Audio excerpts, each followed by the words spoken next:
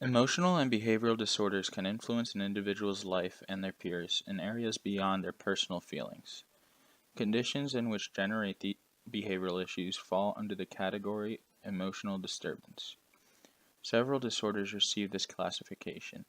Depending on the particular disorder involved, students' physical, social, or intellectual abilities may likewise be influenced by their conditions.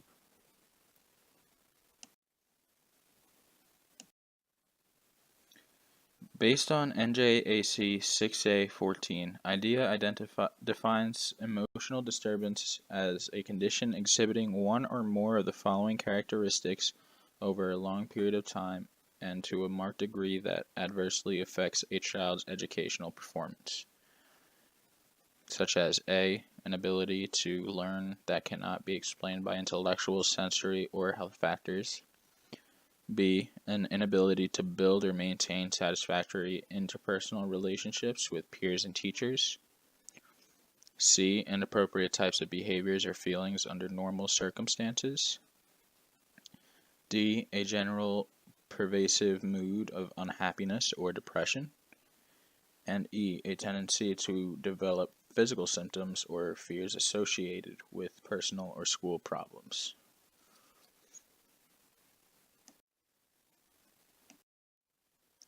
Emotional disturbance is a commonly used umbrella term for a number of different mental disorders, such as anxiety disorders, bipolar disorders, conduct disorders, eating disorders, OCD, and psychotic disorders. Emotional disorders are medical conditions that alter one's reasoning, state of mind, mood, and the ability to mingle with others on a day-to-day basis. Similarly to other medical disorders, psychological sicknesses are medical conditions that regularly decrease one's ability in adapting to the normal attributes of life.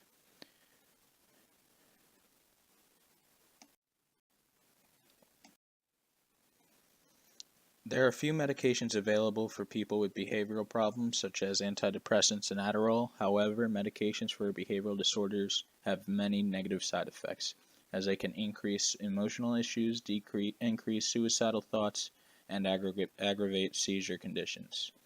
Occasionally, people suffering from a behavioral disorder will develop a substance abuse problem, which could present physical symptoms such as burnt fingerprints, shaking, or bloodshot eyes.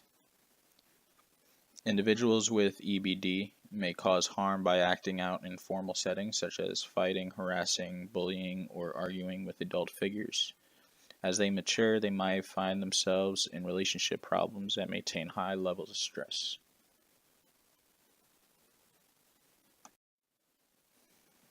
With effective treatment at an early age, once the EBD is diagnosed, the more probable it is that a kid or a grown-up suffering from it will able to control his or her own actions.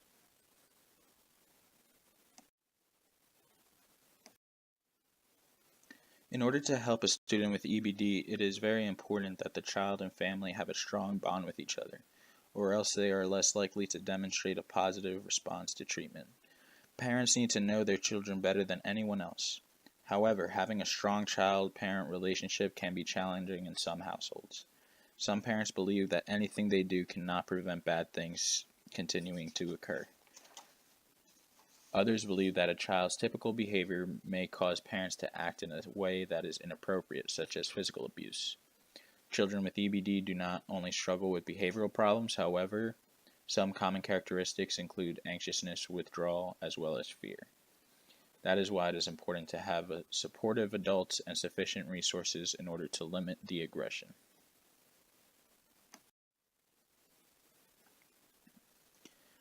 Here are some strategies for teachers in the classroom who have kids with EBD. Create a positive environment that makes bad behaviors unnecessary. If the child doesn't feel anxious or stressed, the likeliness of them participating in a violent manner decreases. It's also important that students' personal needs and interests are met. Having a child-centered curriculum can make learning more enjoyable for the entire class. Teachers have to be aware of students with EBD to make sure they do not get frustrated.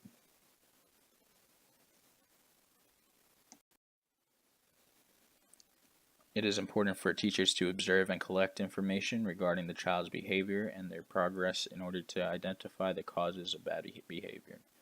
When you record a child's behavior, you are better aware of what sets them off and what does not. It is also important to develop a child's social skills in order for them to gain self-confidence. Interaction with peers is key, especially with those with EBD. If they do not develop proper social skills, the side effects of EBD are most likely to reoccur at a later age.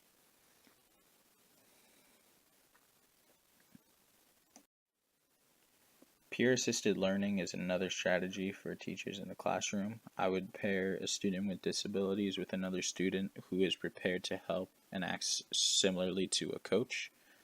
Hopefully this will lessen the chance of the child with EBD having a nervous breakdown just because he or she doesn't understand the material.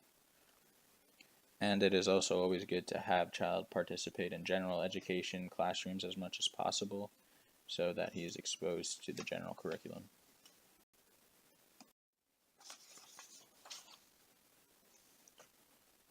Some of the resources that I found through researching includes the website called Teacher Vision, which shows you how to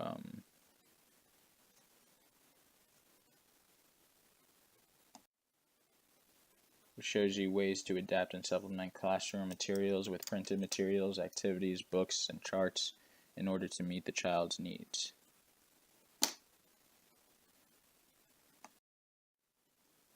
The National Center of Learning Disabilities can help further a teacher's knowledge on different types of learning disabilities.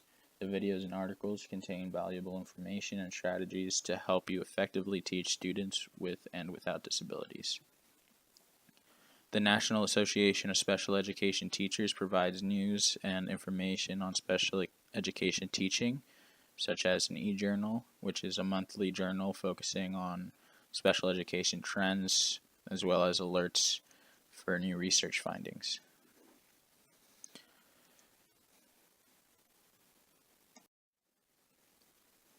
Do2Learn is another valuable resource which has thousands of pages that will help students improve their social skills, behavior, and academics. The website provides many students with games, activities, crafts, and more. It is also a very valuable academic tool for teachers, which include a teacher toolbox, behavior management plans, literacy tools, and special education products. Another good resource to use for teachers with students who have disabilities is called the National Dissemination Center for Children with Disabilities, which serves as a central source of information. Many can find easy-to-read articles on IDEA, the law authorizing early intervention services and special education, which can be helpful to a teacher when developing a curriculum and lesson plans.